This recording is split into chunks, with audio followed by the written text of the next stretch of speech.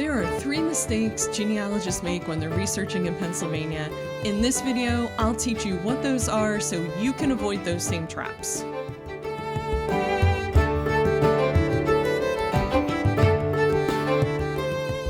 My name's Denise Allen, and I've been collaborating with genealogists for the past 5 years in their Pennsylvania genealogy research. And I want to share with you common mistakes that I keep seeing over and over again.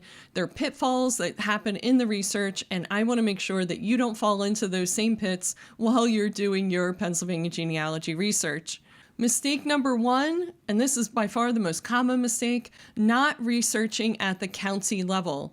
Pennsylvania has 67 counties, and most genealogists feel like those aren't really necessary in terms of record research. They're using large genealogy websites and just the main search box on the screen. And for starting in your genealogy research, that's fine. Just use the main search box. But when you get stuck or you want to get deeper into the details of your ancestor's life, the county records are the place to go. The largest collection of those county records is in the Family Search Catalog. This catalog is not always accessible through the main search box on Family Search, so I would encourage you to learn how to use this catalog. This is how you get to it. You go from the main screen up to the search bar, and then click on Catalog. You're going to want to type in the county that you're interested in the search box for the location, and then scroll through the records in that categorized format. You'll be able to find records particular to our Register of Wills office, particular to our Prothonotary office, and particular to our Deeds office. We have all additional county offices, such as the tax assessor, and of course the civil and criminal courts. And in those records are your ancestors. And I provide a lot of those tips through my Pennsylvania Ancestors membership. If you're confused on how to use that, I can walk you through it. Mistake number 2 is not working with local people.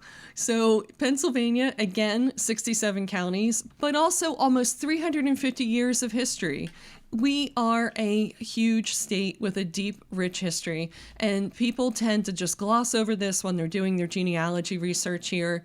We have had millions of people immigrate into the state, immigrate out of the state, and you're going to want to talk to the people on the ground who know who came into their county, who came into their township, who came into their community, who left, and the records that they left behind.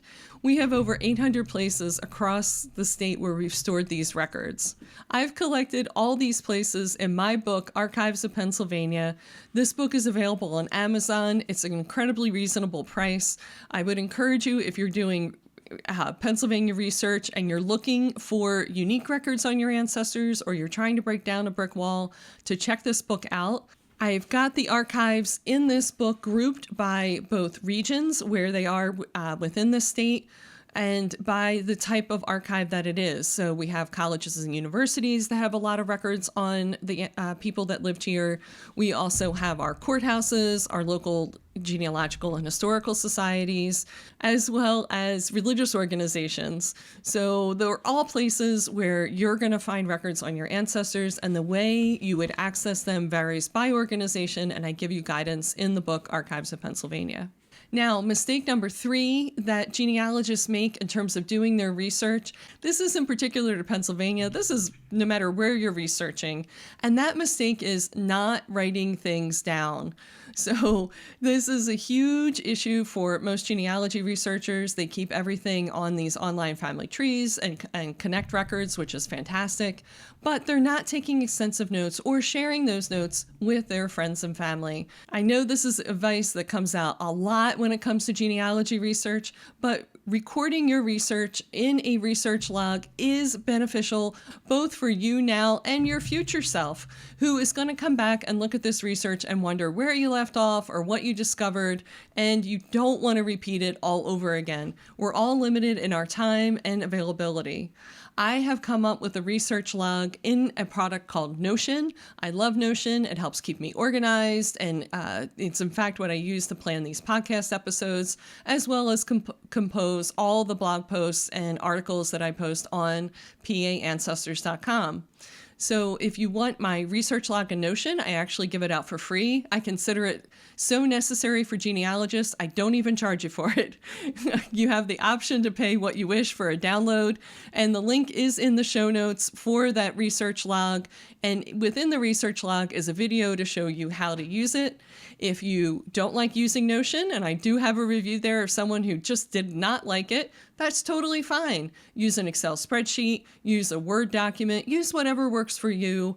Just record your notes with your genealogy. Here is what my research log looks like in Notion for one of my family lines. This is my Curry family line, which was located in Montgomery County, Blair County, Center County, and Clearfield County.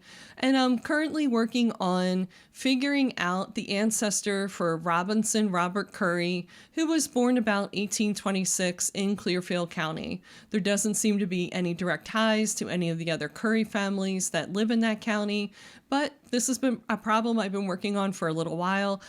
And I've been made sure to keep a detailed log of every resource that I've looked at in regards to this research so that I don't retrace my steps.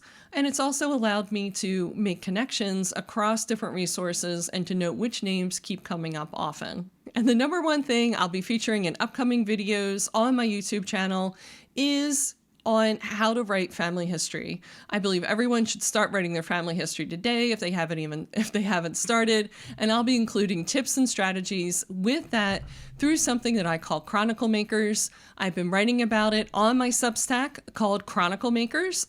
You'll find that at chroniclemakers.substack.com.